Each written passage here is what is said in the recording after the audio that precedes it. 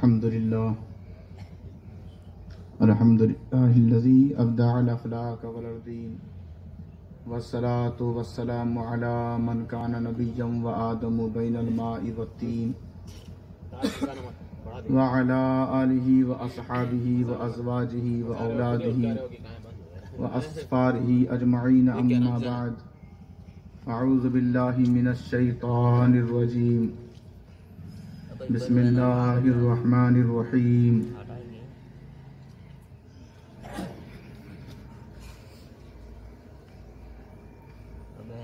قل هل يستوي الذين يعلمون والذين لا يعلمون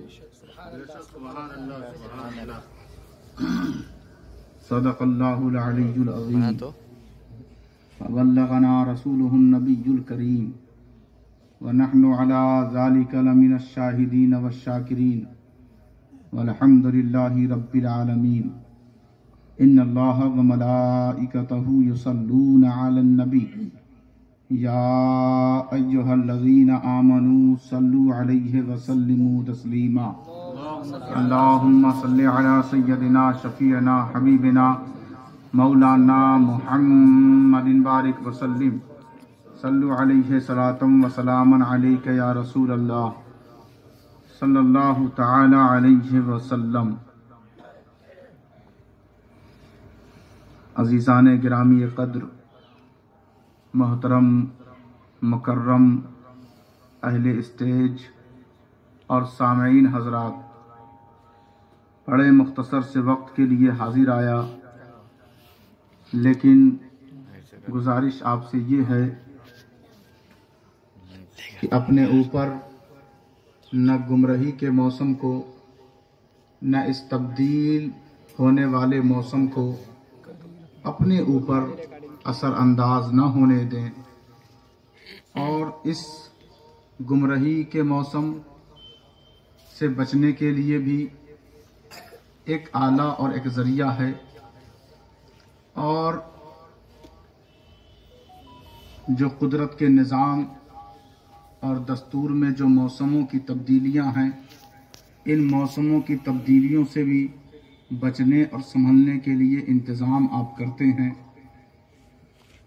جب دلالت و گمراہی اور بد مذہبیت سے بچنا ہو، اپنی محفل کو بچانا ہو، تو زور سے کہنا پڑتا ہے یا رسول اللہ۔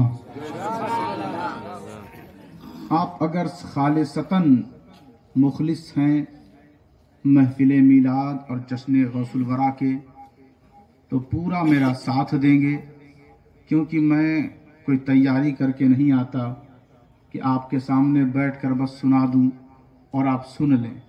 میں چند باتیں کروں گا اور سامنے والے سے یہ امید رکھتا ہوں کہ وہ سن کر مجھے اس چیز کا احساس بھی کراتے رہیں کہ آپ کی بات ہم سمجھ رہے ہیں اور ہم تک آپ کی بات پہنچ بھی رہی ہے۔ یہ تو ہونا ہی چاہیے کہ ہم بولیں اور آپ سن کر بس زور سے سبحان اللہ یا تو یا رسول اللہ، جو آپ کو سمجھ میں آئے وہ آپ کرتے رہیں۔ بس اسی پر اپنی بات شروع کرتے ہیں کہ اے نبی آپ کہہ دیجئے، ارشاد فرما دیجئے، آپ نبی بھی ہیں اور آپ رسول بھی ہیں، اور صرف نبی ہی نہیں بلکہ آپ نبیوں کے سردار بھی ہیں، صرف رسول ہی نہیں بلکہ رسولوں کے امام بھی ہیں۔ آپ صرف نبی اور رسول نہیں بلکہ اس کے محبوب بھی ہیں۔ آپ کی زبان اس کا کلام ہے، آپ کا کردار، آپ کے پیچھے چلنا اس کی فرما برداری ہے، آپ کو دیکھ لینا اسے دیکھ لینا ہے۔ اگر ان سب پر میں آیتیں سناؤں گا تو بات بہت ساری نکل جائے گی۔ اتفاق سے ہم جو اہل سنت والجماعت ہیں، ہم اس لیے نہیں ہیں کہ کسی خاندان میں پیدا ہو گئے، کسی باپ کے بیٹے ہیں، نہیں، ہم اس لیے سنی ہیں کہ ہم نے قرآن کو مان کر، پڑھ کر، سمجھ کر اس جماعت کو تسلیم کیا ہے۔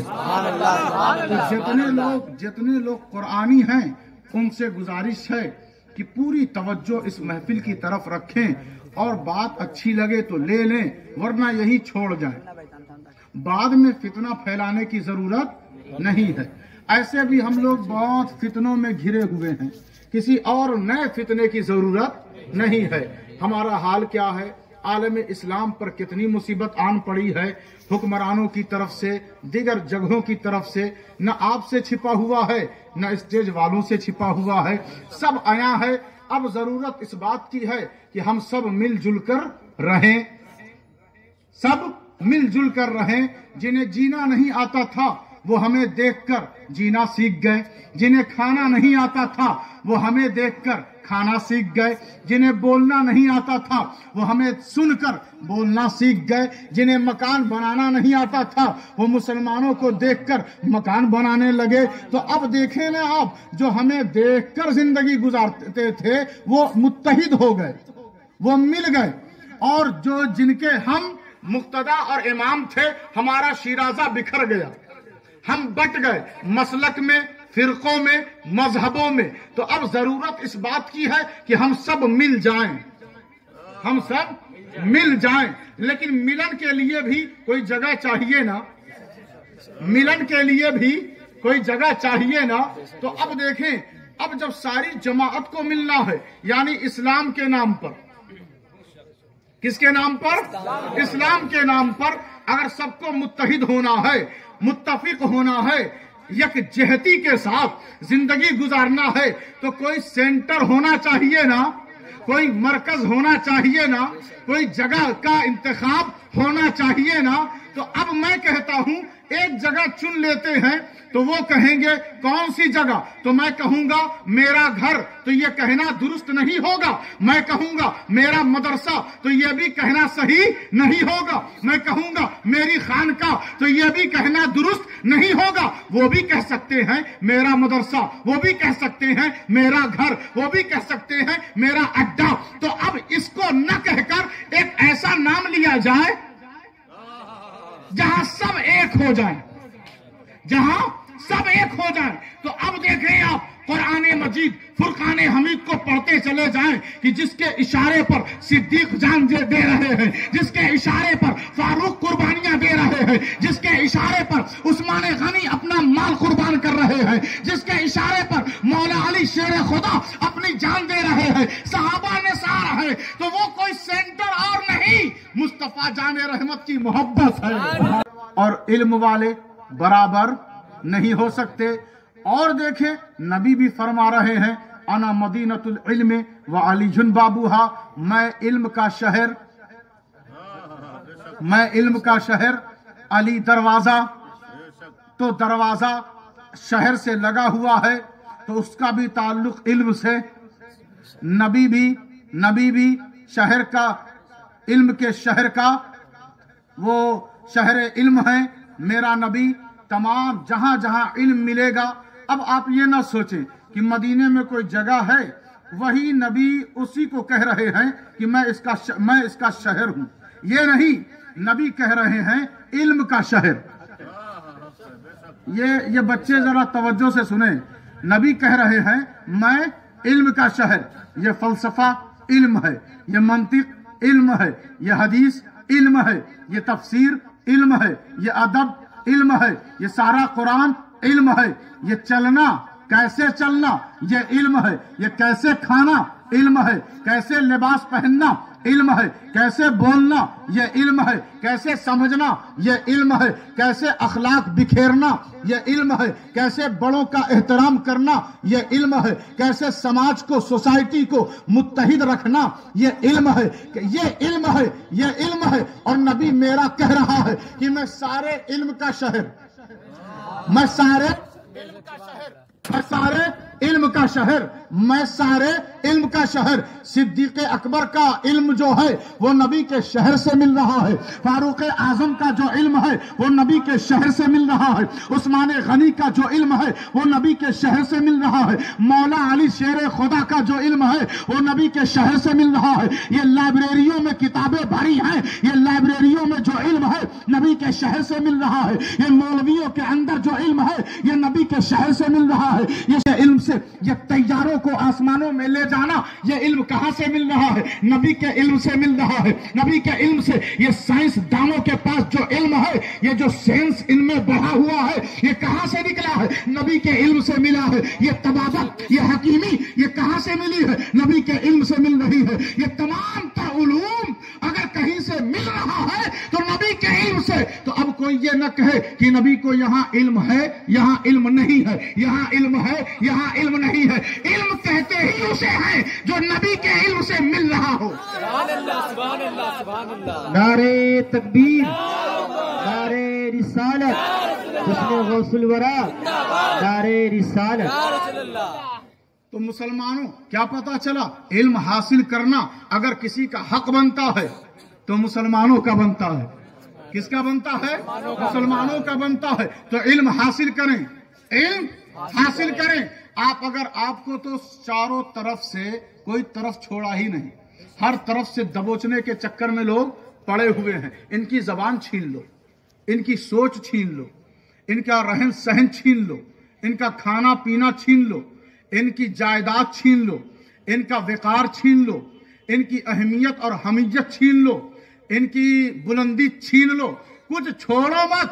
ان کو ایک دربے میں پیک کر دو، اور اگر کہیں سے سوراخ ہو اور یہ دیکھنے کی جرأت کرے اس میں بھی پٹی لگا دو، کہیں سے چھوڑو ہی مت۔ لیکن آپ کے وقار کو، آپ کی شناخت کو، آپ کی پہچان کو، آپ کے رہنے سہنے کے طریقے کو اور آپ کی عظمت کو، آپ کی طاقت و اقتدار کو اگر کوئی شے بچا سکتی ہے تو وہ علم ہے، وہ علم ہے۔ اور علم ملتا کہاں سے ہے؟ مدینے والے سے ملتا ہے۔ علم کی خیرات اگر کہیں سے ملتی ہے، دیکھیں علم سے بڑا ہتھیار اور علم سے خطرناک چیز کچھ ہے ہی نہیں۔ لیکن علم کو چاہیے نا، اگر میں کہہ دوں آپ سے کہ یہ لیجئے آپ گھوڑا بہت خوبصورت ہے، اس پر سفر کیجئے گا، تو آپ کہیں گے گھوڑا تو بہت خوبصورت ہے، اگر بغیر لگام کے بیٹھ گیا تو جو صحت نظر آ رہی ہے وہ خطرے میں پڑ جائے گی۔ اگر میں آپ کو بائک دے دوں اور اس کی چابی نہ دوں تو آپ کہیں گے چابی نہیں ملے گی تو یہ بائک چلے گی کیسے؟ تو اگر علم مل جائے تو اسے بھی ایک چابی کی ضرورت پڑتی ہے، اگر علم مل جائے تو اسے بھی ایک لگام کی ضرورت پڑتی ہے۔ اسی لگام اور چابی کا نام ہے نبی کی محبت، نبی کی تعظیم، نبی کی تکریم۔ اگر علم حاصل کر لو تو دیکھا نہیں لوگوں نے بچوں کی جان لے لی اور کہا میں علم والا ہوں، لوگوں نے سماج کے امن و امان کو بھنگ کر دیا اور کہا ہم علم والے ہیں، تقریروں کے ذریعے امت کو فرقوں میں بانٹ دیا اور کہتے ہیں ہم علم والے ہیں۔ ریال لے کر ریال کی خیرات پر علم بانٹنے نکلے اور کہتے ہیں ہم دین والے ہیں۔ تو ایسوں کے علم کا کوئی بھروسہ اور اعتماد نہیں ہے۔ علم تو بہت خطرناک شے ہے، لیکن ہاں اگر علم کو بچانا ہے، علم کو سنبھالنا ہے، علم کے ذریعے یہی وجہ ہے کہ کہا جاتا ہے کہ اگر جنت کا کوئی راستہ ہے تو وہ علم ہے، جنت کا کوئی راستہ ہے وہ علم ہے۔ تو آج جو سماج بہت پہلے 100 سال پہلے جو دبی کچلی تھی، آج کرسیوں پر بیٹھ کر سائن کر رہی ہے، دستخط کر رہی ہے۔ کیوں؟ علم حاصل کیا۔ جب مسلمان سو رہے تھے، جب مسلمان غیبت کر رہے تھے، جب مسلمان دوسروں کو دگا دے رہے تھے، جب مسلمان ایک دوسرے کے خلاف بکواس کر رہے تھے تو یہ پڑھ رہے تھے، یہ پڑھ رہے تھے۔ مسلمان بچوں نشے کی طرف، بے حیائی کی طرف، بے غیرتی کی طرف، سنت نبوی کے خلاف۔ تمہیں اس لیے اللہ نے پیدا نہیں کیا۔ تمہاری گھٹیوں میں اگر کسی چیز کو رکھا گیا ہے، داخل کیا گیا ہے، تو نبی کے عشق کو داخل کیا گیا ہے، نبی کی تعظیم کو داخل کیا گیا ہے۔ اگر نہیں کیا ہوتا تو ابو بکر صدیق مال کو اہمیت دیتے، نبی کو اہمیت نہ دیتے۔ فاروق اعظم اپنے روب و دبدبے کو اہمیت دیتے، نبی کو اہمیت نہ دیتے۔ حضرت عثمان غنی اپنے رشتے کو اہمیت دیتے، نبی کے رشتے کو اہمیت نہ دیتے۔ مولا علی شیر خدا اپنی شجاعت کو اہمیت دیتے، نبی کو اہمیت نہیں دیتے۔ مگر سارے صحابہ کو پڑھو، سارے اولیاء کو پڑھو، ان لوگوں نے سب کو بالائے طاق رکھا۔ اگر کسی